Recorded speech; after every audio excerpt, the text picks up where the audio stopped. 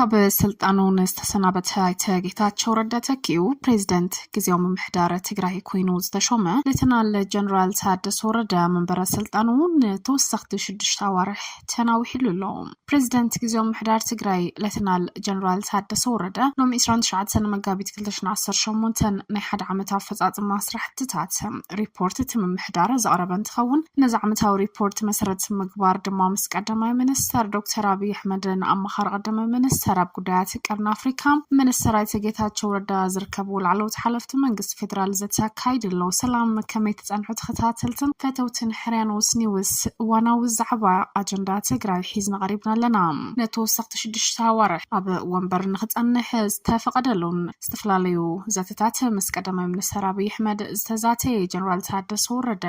ዝነበሩ ጻንሒት እንታይ ይመስል ብቐጻሊ ትግራይ ተተኣናግዶ ምንቅስቓሳት ከንታይ ክኸውን ይኽእል ዝብል ብፍላይ እውን ሕወሓት ኣብ 5 ዝተፈላለዩ ኣተሓሳስባታት ተገሚዓ ከም ዘላ ዝገልጽ ሓበሬታ ኣለና። ሓኦፍ ክኸውን ኣለዎ ዝተባሃለ ግዚያዊ ምምሕዳር ዝተዋሃበሉ እኹን ኣፈጻጽማን ከም 8 ዝርዝራት ነጥብታት ፈጺሙ ዶ ዝብል ዛዕባ ክንደስስ ኢና። ቻናልና ላይክ፣ ሼር፣ ሰብስክራይብ ብምግባር ፈላማይ ሕሪኦም ይግበሩ። ካብ ስልጣኑ ዝተሰናበተ ኣይተ ጌታቸው ረዳ ተኪኡ ፕሬዝደንት ግዚያዊ ምምሕዳር ትግራይ ብኮይኑ ዝተሾመ ሌተናል ጀነራል ታደሰ ወረደ መንበረ ስልጣኑን ተወሰኽቲ 6 ኣዋርሕ ተናዊሕሎ። ፕሬዝደንት ግዚያዊ ምምሕዳር ትግራይ ሌተናል ጀነራል ታደሰ ወረደ ሎሚ 29 መጋቢት 2018 ናይ ሓደ ዓመት ኣፈጻጽማ ስራሕቲ ሪፖርት ምምሕዳር ዘቕረበ እንትኸውን ነዚ ዓመታዊ ሪፖርት መሰረት ብምግባር ድማ ምስ ቀዳማይ ሚኒስተር ዶክተር አብይ አሕመድ ንኣማኻሪ ቀዳማይ ሚኒስተር ኣብ ጉዳያት ቀርኒ ኣፍሪካ ሚኒስተር ኣይተ ጌታቸው ረዳ ዝርከቡ ላዕለዎት ሓለፍቲ መንግስቲ ፌደራል ዘተኣካይዱ ምብቃዕ ስልጣን ፕሬዝደንት ትግራይ ተኣሳሲሩ ሓዱሽ ፕሬዝደንት ትግራይ ክሽወም ዝብል ተስፋታት ዝነበረ እኳ ትኾነ እቲ ብሎም ዕለት ዝተገበረ እቲ ዘተገን መራሕቲ ትዕድመ ስልጣን ንኽናዋሕ ተገይሩ ዘሎ። ኣብቲ ዘተ ዝነበረ ሚኒስተር ጌታቸው ረዳን ታደሰ ወረደን ኢድን ኢድ ክጨባበጡ ዝሰረኣዩ እንትኾኑ ቅድሚ ሕዚ ምክትሉ ሕዚ ድማ ፕሬዝደንት ትግራይ ኮይኑ ዘሎ ታደሰ ወረደ ንዝመጽእ 6 ኣዋርሕ ኣብ ወንበር ከም ዝጸንሐ እዩ ተፈሊጡ። ኣብቲ ዝነበረ ዘተ ብርክት ዝበሉ ዛዕባታት ዝተለዓለ እንትኸውን ፕሬዝደንት ግዚያዊ ምምሕዳር ትግራይ ሌተናል ጀነራል ታደሰ ወረደ ሎሚ መጋቢት 29 እውን ናይቲ ግዚያዊ ምምሕዳር ናይ ሓደ ዓመት ኣፈጻጽማ ስራሕቲ ጸብጻባት ኣቕሪቡ። ነዚ ጸብጻብ መሰረት ብምግባር ድማ ምስ ቀዳማይ ሚኒስተር አብይ አሕመድ ዝተዛተየ እዩ። ኣብቲ ዘተ ቀዳማይ ሚኒስተር አብይ አሕመድ ዘልዕሎም ተባሂሎም ዝተጠቐሱ ነጥብታትን ትንርኢ። ጀነራል ታደሰ ወረደ ዝተፈላለዩ ሓይልታት ናብ ትግራይ ብምእታው ምስ ሰራዊት ኤርትራ ምንቅስቓሳት ይግበሩ ከም ዘለውን ብፍላይ ድማ ንትግራይ ንረብሓ ግዳማዊ ሓይልታት ሰራዊት ኤርትራ ከም ብምጥዕዓም ድማ እዚ ድማ ምስ ዘለዎ ልኡክነት ዝተሓዘ ከም ዝኾነ ትግለጽ። ናብ ትግራይ ዝትኳስ ጥይት የለን መጥቃዕትን ተመጽኡ ግን ጥራሒና ንከላኸል ብምባል ዳግማይ ናብ ህዝቢ ትግራይ ጥይት ክትኮስ ድሌት ከም ዘይብሎም ብወገን መንግስቲ ፌደራል ዝተረኣየ እንትኸውን ወገን ኣብ ትግራይ ዘሎ ሓይሊ ግን ምንቅስቓሳት ይግበሩ ከም ዘለው ንኩናት ዝኸውን ምድለዋት እውን ይገብረሉ ዝብል ኣጀንዳ እውን ተላዒሉ። ብሽም ክልል ትግራይ ናብ ኤርትራ ዝለኣኽ ነዳዲ ከም ዘየለን ካልእ ኣማራፂ ብዘይምህላው ተገዲድና ሌተናል ጀነራል ታደሰ ወረደ ኣብ ዘለዎ መዝነት ንክቕጽል ወሲና ኣለና ዝበሉ እንትኾኑ ነዚ ውሳነ ክቕበሉ ንዘይኽእል መሪሕነት ድማ እዚ ኣብ ግምት ብምእታው ንሓደ ሰሙን ዝኸውን ጀነራል ታደሰ ወረደ ኣብ ከተማ ኣዲስ ኣበባ ክጸንሕ መምርሒ ተዋሂብዎ ከም ዘሎ እዩ ተገሊጹ። ስልጣን እቲ ፕሬዝደንት ኣካታዒ ኮይኑ ዝጸንሐ እንትኸውን ፕሬዝደንት ታደሰ ወረደ ክሰርሕ ኣይከኣለን ቅዋም ሒዙ ክጸንሐሉ ዝኽእል ምንቅስቓስ የለን ዝብል ተቃውሞ እውን ክገጥሞ ዝጸንሐ እዩ። ሌተናል ጀነራል ታደሰ ንዝሓለፉ 2 ዓመታት ከም ምክትል ፕሬዝደንት ግዚያዊ ምምሕዳር ኮይኑ ክሰርሕ እዩ ጸኒሑ። ቀዳማይ ሚኒስተር አብይ አሕመድ ሎም ሓድሽ ፖለቲካዊ ባህሊ ብምእታው ስልጣን ምስክጋር ዘጣዓሙ መደብ ብወግዕን ብሰላምን ኣተግቢርና ኣለና ንትል ኮይኑ ዘገልገለ ጀነራል ታደሰ ወረደ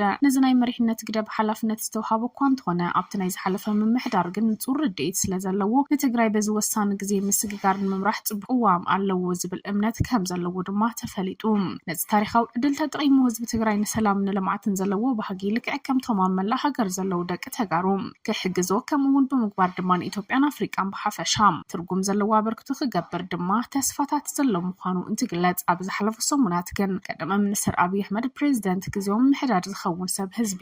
ብመንገዲ ኢሜል ክረቁሕ ጻዊሕ ተቐሪቡ ምንባሩ ኣይረሳዕን። ኮይን ግን ድሕሪ ስልጣነት ፕሬዝደንት ተረኣይም ናይ ስምምዕነት ለውጢ ኮነ ሓዱሽ ነገር ዘይተኣናገደት ትግራይ ካብቲ ዝነበረቱ እናገደደት ትኸደሉ ዘላ ዳ እምበር ሕማማና ቀነሰትሉ ትኸደሉ ኩነታት ይፍጠር የለን። ፈለማ ምስቲ ምምጻት ፕሬዝደንት ብወገን ሕወሓት ተቐባልነት ዘይረኸበ እንትኸውን ንጌታቸው ኣባሪሩን ታደሰ ሕምባሻ ኦሪሱ ዝተቐበለ መሪሕነት እቲ ስርዓት ክዝወር እዩ ዝረአ ዘሎ። ኣብ ዝሓለፈ እዋን ጀነራል ታደሰ ወረደ ግዚያዊ ፕሬዝደንት ኮይኑን ኣይተ ጌታቸው ወረዳ ካብ ወገን ዶክተር ደብረጽዮን ዝቀረበ ኣማመም ብመንግስት ፌደራል ተቀባልነት ዘይምርካቡ ምጽብጻቡና ይርስዓን እንትኾነ ግን ሎም ብዝኻይደ ስነ ስርዓት ድማ ድሕረ ስምምዕነት ፕሪቶሪያ ካልኣይ ፕሬዚደንት ክልል ትግራይ ኮይኑ ክሰርሕ ድሕሪ ምጽናሕ ድሕሪ ነዊሕ ውጥጣት እውን እንትኾነ ሕዚ እውን 16 ኣዋርሕ ድማ ንትመሪሕነት ክቆጻጸሩ ድማ ተፈቂድሉ ዘሎ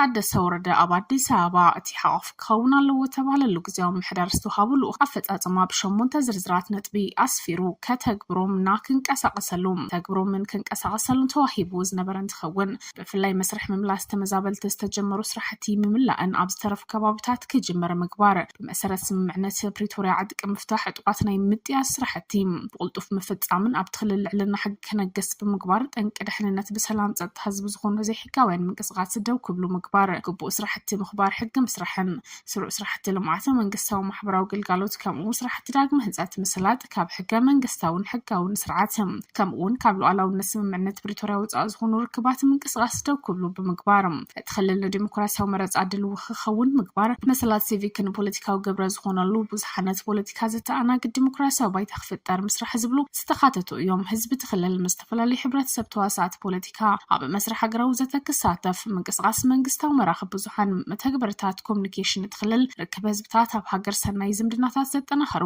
ሕግን ሕገ መንግስታውን ስርዓት ዘኽብሩ ምዃኖም ምርግጋጽ ዝብሉ እንትኾኑ ካብተን ዝተፈረመ ስምምዕነት ግን ዋላ ሓንቲ ዝተተግበረ የለን ኳዳኣስ ትግራይ ዝነበረቱ ናብ ዝኸፍአና ቁልቁለት ትኸደሉ ኩነታት እዩ ዝረአ ዘሎ ብኻልእ ዜና ድማ ህወሓት ዘለዎ ቅዋም ዝተፈላለዩ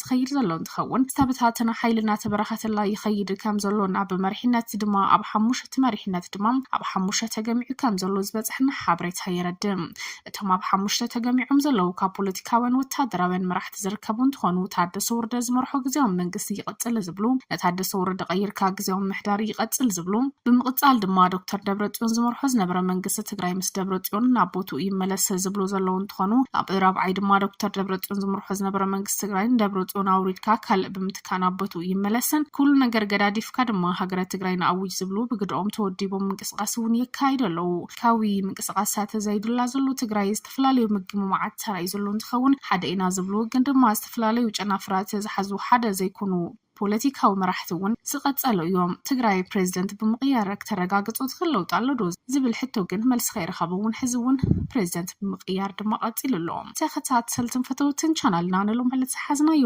እዋናዊ ምዕባለ እንታይ ይበሃል ኣሎ እንታይ ከይግበራሉ ዝብል ሓበሬታታት ውሽጢ ዓድን ወጻእን እዮም ይመስሉ ነይሮም ተመሊስና ብእዋናዊ ሓበሬታታት ትንታነታት ሕርያኖስ ኒውስ ክንራኸብ ኢና ቻናልና ላይክ ሼር ሰብስክራይብ ብምግባር ፈላማይ ሕርኡም ይክበሩ